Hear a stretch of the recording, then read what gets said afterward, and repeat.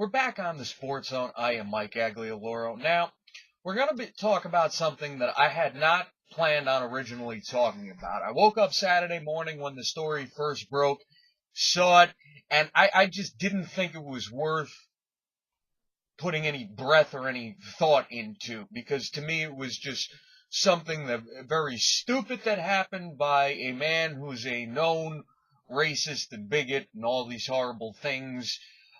Donald Sterling's comments, of course. But let's be honest, I did 4 video blogs over the weekend, and when I wake up this morning or all throughout the day, all anyone could talk about is the Donald Sterling nonsense. So, damn it, we're going to talk about it right now.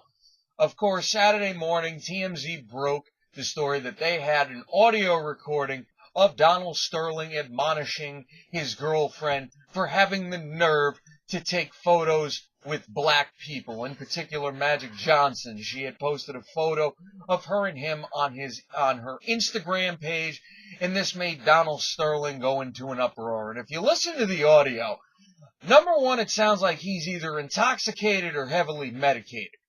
Number two, the bulk of this recording is him trying to explain his thought process and say he is not a bigot, not a racist. It is okay to associate with people of color as long as you do not do it in public and do not advertise it. Okay, that's a big difference, I know. And we all know the difference that truly isn't. But this is not the first time Donald Sterling has been involved in racist matters such as this. Why, it was only a few years ago that he used to heckle his own players. The owner of the Los Angeles Clippers, Donald Sterling, used to sit at courtside and heckle his players. This was when the Clippers were terrible and never made the playoffs.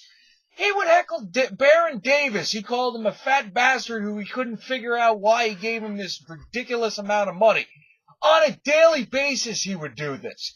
This is a man who was sued for his rental practices. The man owns a number of apartment complexes in the city of Los Angeles, and he was quoted as saying that black tenants were filled with vermin, and it was alleged that he would not rent out his places to Hispanic people. And you could read the direct quotes on his Wikipedia page. Just look up Donald Sterling on Wikipedia, and you could see the direct quotes under the controversy section.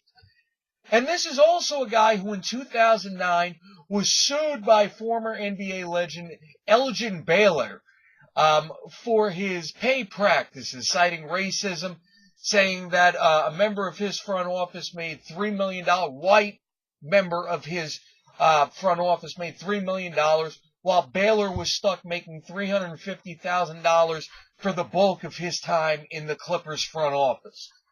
So this man's a known racist. And of course, Andy Silver, the new president of the NBA, taking over for David Stern, will be announcing the punishment for Donald Sterling Tuesday afternoon. Now, my opinion is this. You can ban an owner, you can suspend an owner. We've seen that done before in the cases of Mark Schott and George Steinbrenner in Major League Baseball. But I really have to wonder if the NBA has the power to strip Donald Sterling of owning a team that he has paid money for, or forcing him to sell. We haven't really seen too many instances where a league has felt compelled to force an owner to sell. The closest things I can really think of was Marge Schott in the 90s. She wasn't forced to sell the team, and of course she's really the closest thing to anything we've seen to what Donald Sterling has done, with her Nazi sympathizing statements saying that she thought Adolf Hitler started out good and then got bad towards the end. She wasn't forced to sell. Her ownership partners bought her out. So she wound up profiting off that. She wasn't forced out. And of course, a couple years ago, Frank McCourt used the Los Angeles Dodgers as his own personal piggy bank And Bud Selig still didn't really force him into selling. What happened was baseball appointed someone to oversee the day-to-day operations of the Dodgers, thus basically forcing McCourt's hand to the point where he had to put the Dodgers up for auction. But there's never really been a direct case of the NBA or any organization forcing an owner to sell his team. It's his property. I don't really think they can force anyone to sell a team unless that person is willing to do it. Now, the next point this brings about is, well, he's going to want to sell the team when no one wants to play for him, because we know Doc Rivers has basically been quoted as saying he is unsure of his future beyond this season. And we know that the Clippers staged their own protest, throwing their practice jerseys in the center of the court and wearing their warm-up shirts inside out so that the Clipper name was not showing on the front. But, we've heard all these talks about boycotts and players want to do boycotts and all this stuff. The only way any of this stuff works is if it's a united front.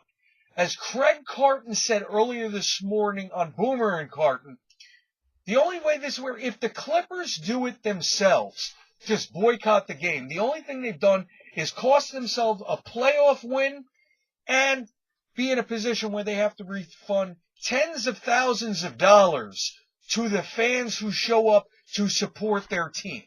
The only way an organized boycott works is if it's every team and every fan that's playing on Wednesday night. If it's the Clippers and the Warriors, if it's the Nets and the Raptors, and all the fans stay home, and the broadcasters really put their money where their mouth is and refuse to call the game. That's the only way a major boycott works. It's all or nothing in that stage. So once again, the only thing that could really force Sterling to sell the team is nobody wanting to play for him or work for him next year. And we'll see if that really works, because with these older owners, we've seen it all the time. They can be stubborn people when you get right down to it. They ain't going to do anything unless they are 100% certain it's going to be profitable for them, because that's all they really care about. And as far as, the only thing I'm really going to say about Sterling's actual comments is this. If you have, actually, it's not even really my comments, it's Tom Limbo's comments. He texted it to me earlier today, and it's absolutely right. If you have such a big problem associating with black people in public, don't own a basketball team, own a hockey team. And with that, check out all the other content on This Is SportsZone. Check out all the other video blogs I did this weekend. You got the Major League Notes talking about Matt Harvey, Michael Pineda, and Albert Pujols' 500th home run. You have the matchup preview after the NFL schedule was released last Wednesday. And you got the series going division by division, looking at teams' improvements in the offseason made thus far and the needs that they still have heading into the 2014 NFL Draft. We did the AFC and the NFC South this weekend. And you got Jake Dixon's 2014 NFL Draft preview. His next installment looks at the offensive tackles.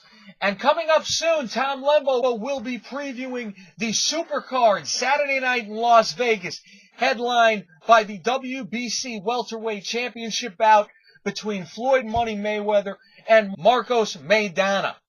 I have no idea if I'm pronouncing that right, folks. But check out everything else on the Sports Zone. We also got other stuff up from Dave Tice, George Murphy, and Jay Rofsky. And we may have a visit from Eric Tressler later in this week, too.